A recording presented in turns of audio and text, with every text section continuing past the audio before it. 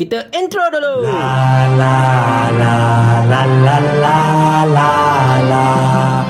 Assalamualaikum warahmatullahi. Menunggang agama Islam itu biasa kita dengar. Tetapi menunggang pelbagai agama, itu sangat-sangat luar biasa. Sebelum itu mungkin ramai yang bertanya, kenapa saya tiba-tiba pakai baju Puma ni pula? Bukankah Puma itu menyokong Israel? Jawapan saya, baru-baru ini Puma telah mengumumkan mereka menamatkan penajaan mereka kepada pasukan bola sepak negara Israel tersebut. Jadi oleh kerana mereka telah mengambil keputusan itu, maka saya rasa sudah tiba masanya untuk saya pakai kembali jaket kesayangan saya ini. Dia ada nilai sentimental tau jaket ni sebenarnya.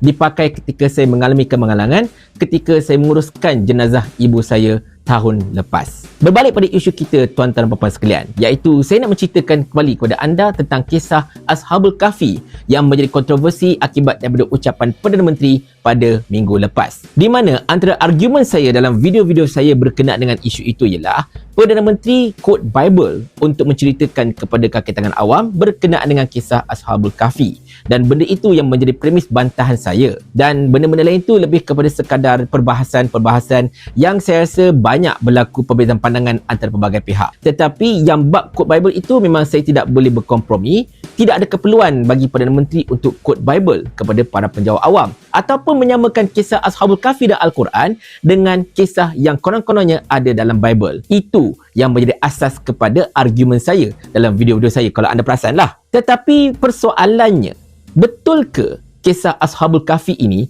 diceritakan dalam Bible seperti mana yang diceritakan dalam Al-Quran? Sebab Perdana Menteri kata macam tu. The Cave, dia kata. Jawapannya tuan-tuan dan puan-puan sekalian, sebenarnya kisah Ashabul Kahfi ini tidak ada dalam Bible. Langsung tak ada. Mungkin ada dalam Gospel, mungkin ada dalam penceritaan-penceritaan mereka, tetapi tidak dicatatkan dalam Bible. Benda ini telah disahkan oleh ramai pihak, termasuk mereka yang membuat studi berkenaan dengan perbandingan agama, di mana kisah Ashabul Kahfi ini, pemuda-pemuda Kahfi ini memang tidak ada diceritakan dalam Bible, dalam mana-mana scripture dan sebagainya. Jadi kita rasa pelik dan takjub tuan-tuan dan puan-puan sekalian. Macam mana pula Perdana Menteri boleh kata yang kisah Ashabul Kahfi ini ada dalam Bible seperti mana ada dalam Al-Quran? Seolah-olah macam nak menyatakan bahawa kisah ini ada dalam kedua-dua kitab ini. Jadi itu yang mendatangkan persoalan kepada kita.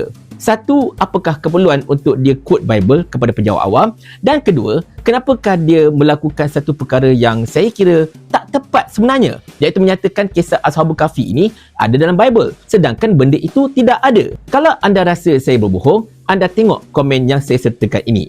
Ini bukan orang Melayu, ini bukan orang Islam, tetapi orang yang beragama Kristian, saya percaya. Di mana dia menyatakan bahawa kisah itu, kisah Ashabul Kahfi ini tidak ada dalam Bible. Dan apa dia kata tahu? Cukuplah menunggang agama Islam saja. Jangan menunggang agama Kristian pula. Ambil kau, pedas gila dia bagi. Saya tak tahulah ditujukan direct pada Perdana Menteri ke ataupun pada sesiapa ke, saya tidak pasti. Tetapi ayat yang last itu memang makan dalam bang. Sini rasa dia, sini tahu rasa dia masalahnya. Jadi bila dia kata macam ini, mengesahkan lagi betapa kisah Ashabul Kahfi ini memang tidak ada dalam Bible seperti mana yang telah didakwa oleh Perdana Menteri. Jadi itu yang kita pelik. Bible mana yang Perdana Menteri rujuk masalahnya? Bila orang Kristian sendiri telah mengakui bahawa kisah itu tidak ada. Dan sekali lagi, apakah tujuan Perdana Menteri untuk quote Bible di hadapan penjawat awam, membawakan kisah yang tak betul pula tu? Membawakan perkara yang tidak tepat, iaitu menceritakan benda yang tidak ada dalam Bible yang di-quote tersebut. Jadi di sini tuan-tuan sekalian, saya tidaklah mahu imply apa-apa dalam video ini. Sekadar untuk menyatakan bahawa sebenarnya apa yang dilakukan oleh Perdana Menteri itu daripada peringkat awal lagi tidak betul sebenarnya. Kita tahu ceritalah tentang perbahasan antara Ustaz Azhar Idrus yang kata pemimpin sesat, yang kata pemuda Kristian ke, Perdana Menteri tak pernah kata pemuda Ashabul Kahfi itu agama Kristian ke. Itu semua tidak penting lagi dah. Yang penting, peringkat awal lagi, bila Perdana Menteri kata kisah Ashabul Kahfi ini ada dalam Bible seperti mana dalam Al-Quran, secara asasnya, benda itu pun dah tak betul. Ibarat macam satu benda, kalau asas pun dah tak betul, yang lain-lain kat atas tu tak cerita lah, akan roboh dengan sendirinya. Jadi bagi saya, adalah lebih baik sekiranya kalau Perdana Menteri tampil dan memperbetulkan kenyataan beliau pada peringkat awalnya, menyatakan bahawa beliau terkhilaf. Beliau tersilap, telah quote Bible, konon-kononnya ada kisah Ashabul Kahfi, tetapi tidak ada, hingga membawa kepada perbincangan-perbincangan yang sebenarnya melarikan kita daripada isu-isu yang jauh lebih besar, seperti mana yang pernah saya sentuhkan dalam salah satu video saya baru-baru ini. Tetapi itulah, ramai orang mengatakan pada saya, even saya sendiri pun sedar sebenarnya betapa Datuk Seri Anwar Ibrahim ini merupakan seorang yang boleh kita katakan agak sukar untuk meminta maaf sekiranya kalau terbukti beliau tersilap dan sebagainya. Ini memang dari dulu, sejak zaman Pakatan Rakyat lagi sebenarnya. Jadi di sini kita boleh mengatakan bahawa sukarlah untuk kita lihat Perdana Menteri backtrack dan mengakui kesilapan beliau berkenaan dengan isu yang kontroversi ini. Tetapi apa-apa pun, saya setuju dengan pandangan beberapa pihak betapa bila benda ini berlaku, ramai pihak secara asasnya membuka mata dan seterusnya menerjahkan kita lagi dengan banyak perkara yang lebih tepat, yang lebih benar.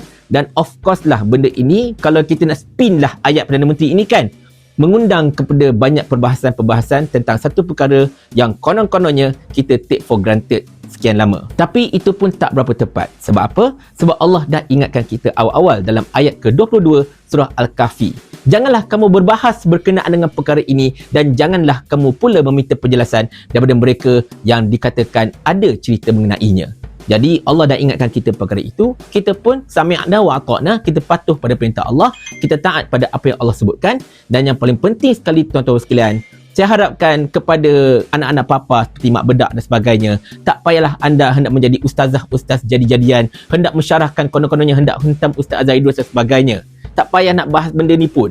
Sebab banyak lagi perkara yang lebih patut anda bahaskan seperti inflasi 1.5% yang tidak bagus untuk ekonomi negara ataupun hutang negara yang telah ditambahkan oleh Datuk Seri Anwar Ibrahim sebanyak 104 bilion pada tahun ini saja. Tetapi saya faham, anak papa ini dia punya tahap intelek dia takat itu saja. Dia cuma bercakap berdasarkan kepada skrip mungkin dan juga berdasarkan kepada naratif yang dibawakan kepada mereka, diminta untuk disampaikan. Berkemungkinan seperti itulah. Dan kepada golongan seperti ini, kiranya saya rasa mungkinlah kita boleh tanyakan kepada mereka satu soalan ini. Mau tak tuan hamba kalau hamba kirimkan ke akhirat?